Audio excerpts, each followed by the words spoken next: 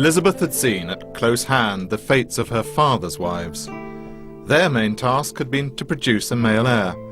When they failed, he'd simply cast them to one side.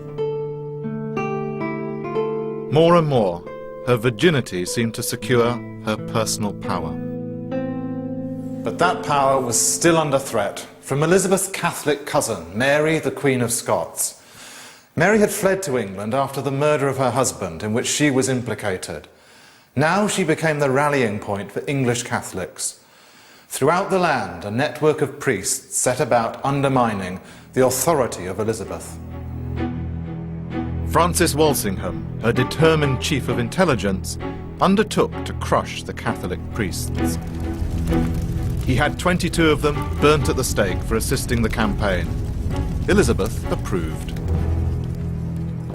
In an age that was characterized by excesses of religious bigotry, Elizabeth was no soft touch. Her main victims were English members of the Society of Jesus, whose doctrines could sanction the assassination of a monarch. One of those arrested and put to torture here in the Tower of London was a Father Henry Walpole. And here on the walls we can still see the marks that he made before his eventual martyrdom. As Princess, Elizabeth had been the rallying point for disaffected Protestants. She'd been accused of treason and sent to the Tower. Now the boot was on the other foot. Elizabeth had been spared. But would she be as merciful to her cousin, Mary? Walsingham was clear. There would be no peace until Mary was gone. So he set about entrapping her once and for all, intercepting letters from the Catholic plotters who backed her. In 1586, Mary was tried and found guilty of treason against England. Elizabeth hesitated fully 3 months before signing the death warrant.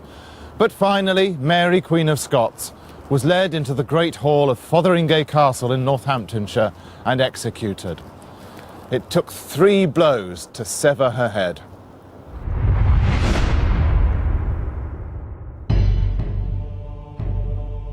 When Elizabeth got the news of Mary's death, she felt pangs of guilt about executing another queen. She blamed everyone around her, but not herself. Yet the Catholic threat had still not gone away. A year after Mary's execution, Elizabeth faced the biggest test of her reign. The Spanish Armada was sent by King Philip, Elizabeth's step-brother-in-law. He saw Protestant Elizabeth as ruler of a rogue state and planned to bring her into line.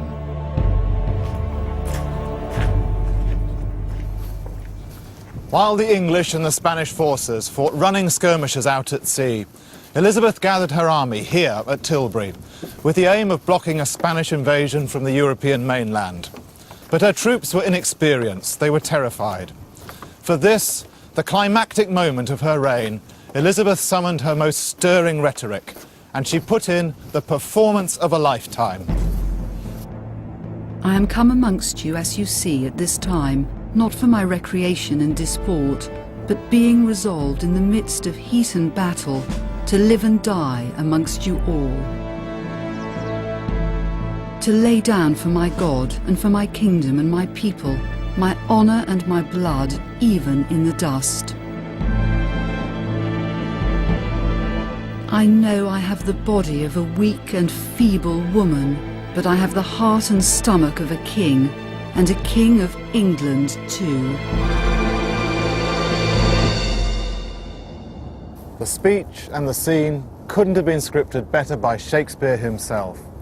Instead of taking shelter in one of her stately homes, Elizabeth had come here to mingle with her soldiers. Elizabeth had resisted marriage, insurrection, and invasion. After the Armada's defeat, she was the heroine, and the people adored her. The biggest crisis of her reign was over. Elizabeth reigned for another 15 years, remaining single and childless. Abroad, her empire flourished, thanks to buccaneering spirits such as Walter Raleigh and Francis Drake, who made increasingly aggressive forays across the Atlantic.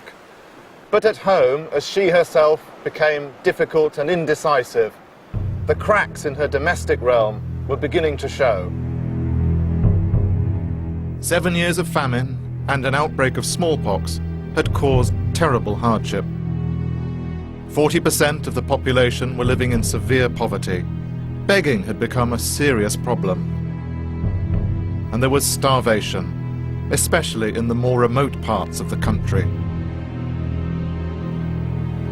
Elizabeth felt her own gloom too. In February of 1603, one of her greatest friends, the Countess of Nottingham, died. Elizabeth sank into a deep depression. She stopped eating. She spent her days lying on the floor on cushions, lost in unremovable melancholy. And finally, she was persuaded to take to her bed. Her advisors urged her to name a successor, but by now Elizabeth was beyond speech. Later they claimed that she'd made the sign of a crown above her head. They took this to mean that she wanted James, King of Scotland, to succeed her.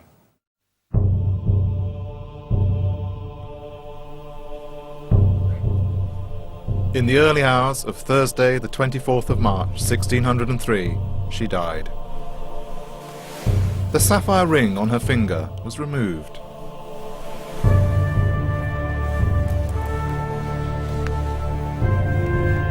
It was dropped from a window to a messenger below, waiting to take it to the next heir. King James VI of Scotland was about to become King James I of England. It was the Virgin Queen's final legacy. For the first time, England and Scotland would be joined under one crown. Halfway through Elizabeth's reign, a new pope, Sixtus V, remarked admiringly, "She's only a woman, and she rules only half of an island. But see how well she governs. Spain fears her, France fears her, we all fear her." Well, many mysteries still remain about the person of Elizabeth, and it's true that she was never short of enemies, but her success was always undeniable. She was quite simply the miracle of her age, and that is why an entire epoch in her honor is dubbed as the Elizabethan Age.